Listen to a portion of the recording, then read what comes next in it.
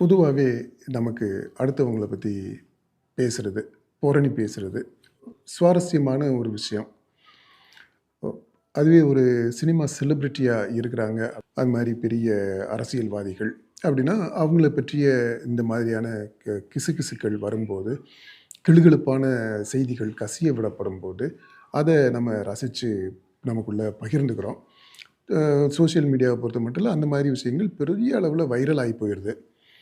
இந்த மாதிரி தான் இந்த நயினார் நாகேந்திரன் விஜய் பற்றியும் த்ரிஷாவை பற்றியும் போகிற போக்கில் சொன்ன ஒரு காமெண்ட்டு அது பெரிய அளவில் பேசு பொருளாக இருக்குது.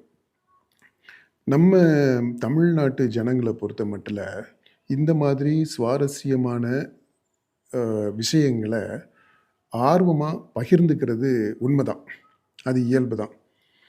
ஆனால் அரசியல்னு வரும்போது இந்த தனிநபர்களுடைய வாழ்க்கை பற்றிய விஷயங்களை, தனிப்பட்ட வாழ்க்கை விஷயங்களை தலைவர்கள், செலிப்ரிட்டிஸு இந்த மாதிரி ஆட்கள் யாராக இருந்தாலும் சரி, அவங்களுடைய வாழ்க்கையை பற்றிய இந்த மறுபக்கம், உட்பக்கம், அந்த செய்திகளை பகிர்ந்துக்கிறாங்க, அதை ரசிக்கிறாங்க, அதை கேட்குறாங்க, இதெல்லாமே நடக்குது.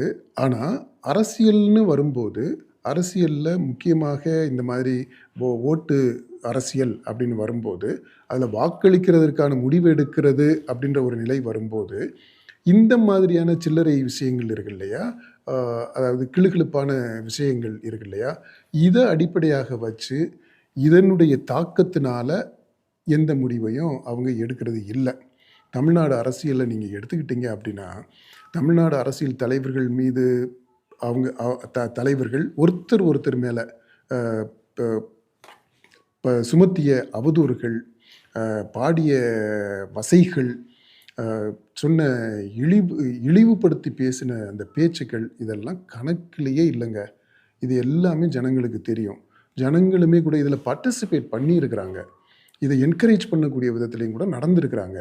ஆனால் தேர்தல் முடிவுன்னு வரும்போது அந்த டெசிஷன் எடுக்கிறாங்க பார்த்தீங்களா, முடிவு எடுக்கிறது, அந்த முடிவு இந்த மாதிரியான சில்லறை விஷயங்களுக்கு அப்பாற்பட்டதாக அவங்களுடைய வாழ்க்கையை பாதிக்கக்கூடிய விஷயம் எதுவோ அதை அடிப்படையாக வச்சு தான் முடிவு எடுத்திருக்கிறாங்க. அதே மாதிரி தான் வரப்போகிற தேர்தல்லையும் அப்படி தான் மக்கள் முடிவு எடுப்பாங்க.